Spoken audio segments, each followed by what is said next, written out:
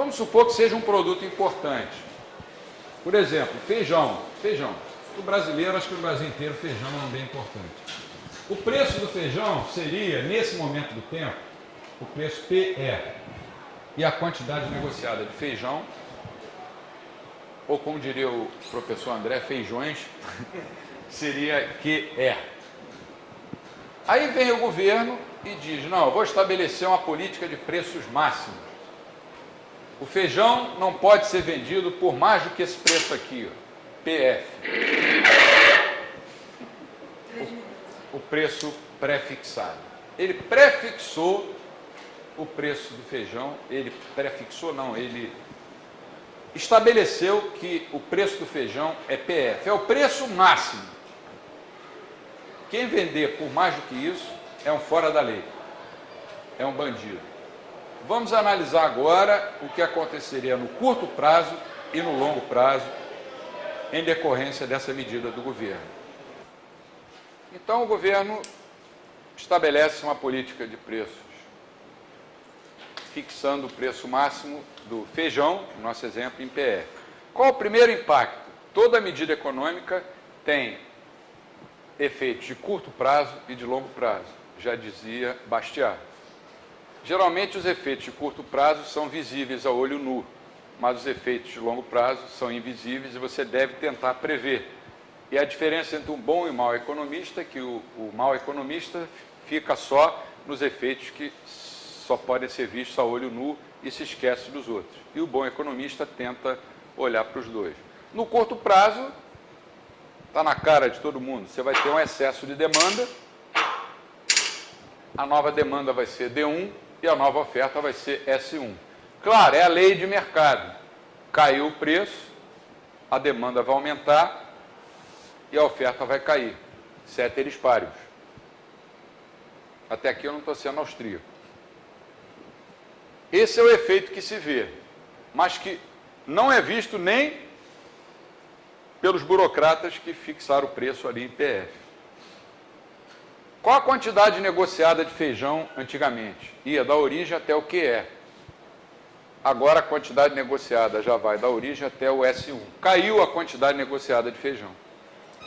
Claro, o preço está mais baixo, desincentiva quem está vendendo. Você vai mandar prender os caras por isso? Devia mandar prender os burocratas que não entendem do funcionamento do sistema econômico. Passado algum tempo, os consumidores vão perceber. Primeiro é a demanda, que sempre é mais rápida do que a oferta, né?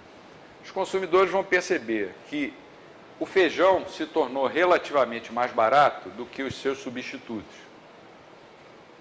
Porque o governo só tabelou o preço do feijão, ele não mexeu no preço dos substitutos de feijão. Então está mais barato agora comprar feijão do que ervilha, lentilha, me ajuda aí, grão de bico, soja, os principais substitutos de feijão. O que vai acontecer? Os preços relativos, ou seja, o preço do feijão em relação ao preço do grão de bico, vai cair. Porque o preço do feijão caiu por decreto e o preço do grão de bico permaneceu onde estava. Então o preço relativo caiu. Feijão se tornou relativamente mais barato do que grão de bico, lentilha, soja, etc. Claro que vai haver um aumento na demanda de feijão. Por quê? Ação humana. Ação humana. Em vez de comprar ervilha, eu vou comprar feijão porque está mais barato. A nova demanda de feijão vai ser D2. Olha agora o tamanho do excesso de demanda em relação à oferta. Vai do D2 até o S1. Toda essa distância aqui. E um efeito não previsto pelos burocratas. Mesmo sem ter tido a intenção de mexer nesses mercados dos substitutos, o governo já acabou afetando. No mercado de ervilhas, por exemplo, que é o substituto de feijão, vai cair a demanda de ervilhas. A tendência vai ser o preço da ervilha cair. A mesma coisa com o preço dos outros substitutos do feijão. E o mesmo vai se dar com os complementos do feijão. Ou de qualquer outro bem. Se em vez de feijão eu estivesse analisando taxa de câmbio, taxa de juros, salário, qualquer outro preço, valeria a mesma coisa. Esse é o efeito que não é imediato, mas que deve ser previsto. Mas não fica só nisso. Do lado da oferta, você é um fazendeiro que planta feijões. O governo vem e te obriga a vender por um preço que você sabe que é inferior ao preço que você conseguiria. O que você começa a fazer com o tempo? Em vez de plantar feijão, você vai plantar outras coisas. Aí vai cair a oferta de feijão para S'.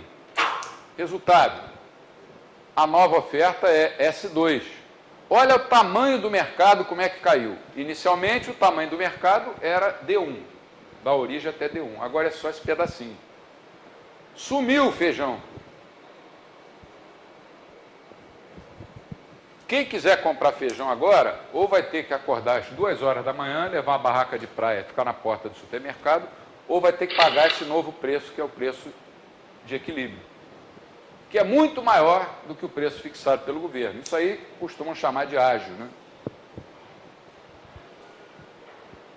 Isso com um preço.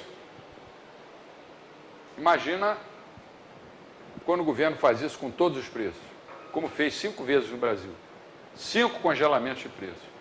Um congelamento de preços é um crime contra a ordem econômica, contra a liberdade individual e devia ser punido com a forca em praça pública.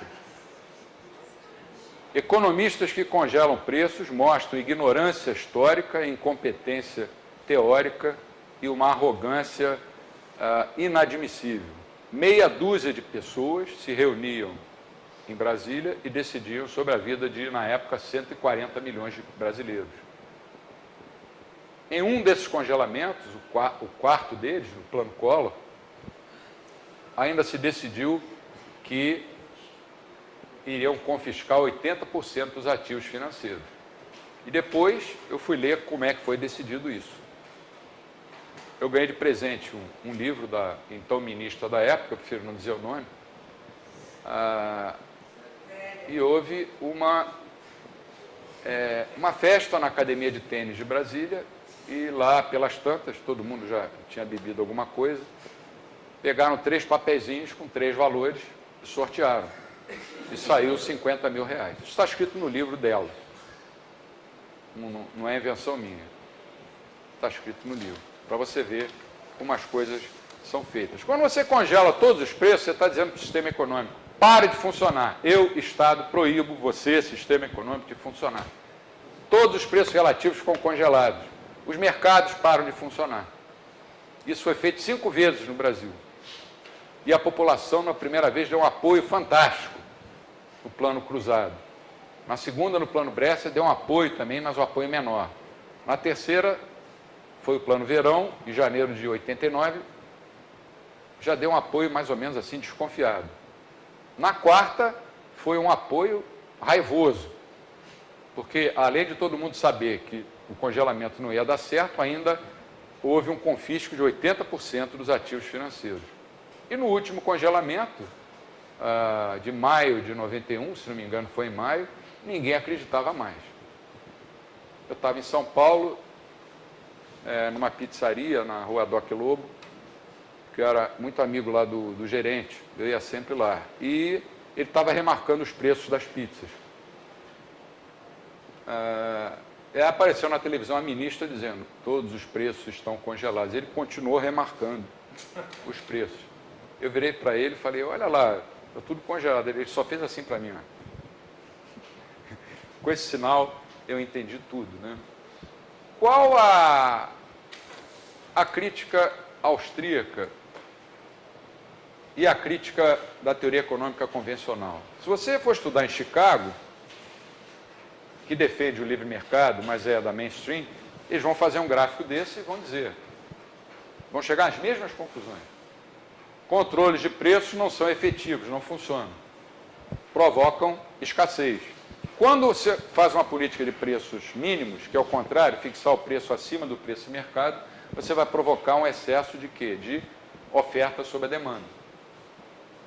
Que vai incentivar todo mundo a plantar e também vai gerar distorções naquele mercado e em todos os outros. Mas onde é que entra a escola austríaca aqui? Ela diz: olha, além de tudo isso que a gente acabou de ver, que é um contexto de equilíbrio, em que nós não acreditamos, mas é útil para enxergar. Além de tudo isso, vocês estão esquecendo que os mercados são processos, que tem milhões, milhões e milhões de decisões individuais, que cada cabeça é uma cabeça, e que é impossível ao governo estabelecer qual o preço correto para cada bem ou para cada serviço. No primeiro congelamento de preço do Brasil, fixaram, por exemplo, o preço da carne, da arroba, em 5 vezes menos do que devia ser. Quer dizer, o boi sumiu. E eu me lembro do episódio cômico, tragicômico. Os aviões da Polícia Federal sobrevoando os pastos para ver se tinha boi escondido. Você imagina um boi atrás de uma moita dizendo para o outro: cuidado, meu irmão, olha os homens lá em cima. Isso só aconteceu no Brasil. Quer dizer, polícia econômica. Então a crítica austríaca é que, olha, além de tudo isso aí da mainstream, tem uma coisa muito mais séria, que se chama processo de mercado. Eu vou fazer um intervalo agora. É melhor a gente ir para o intervalo, depois, no final, eu termino um pouco antes e a gente responde a...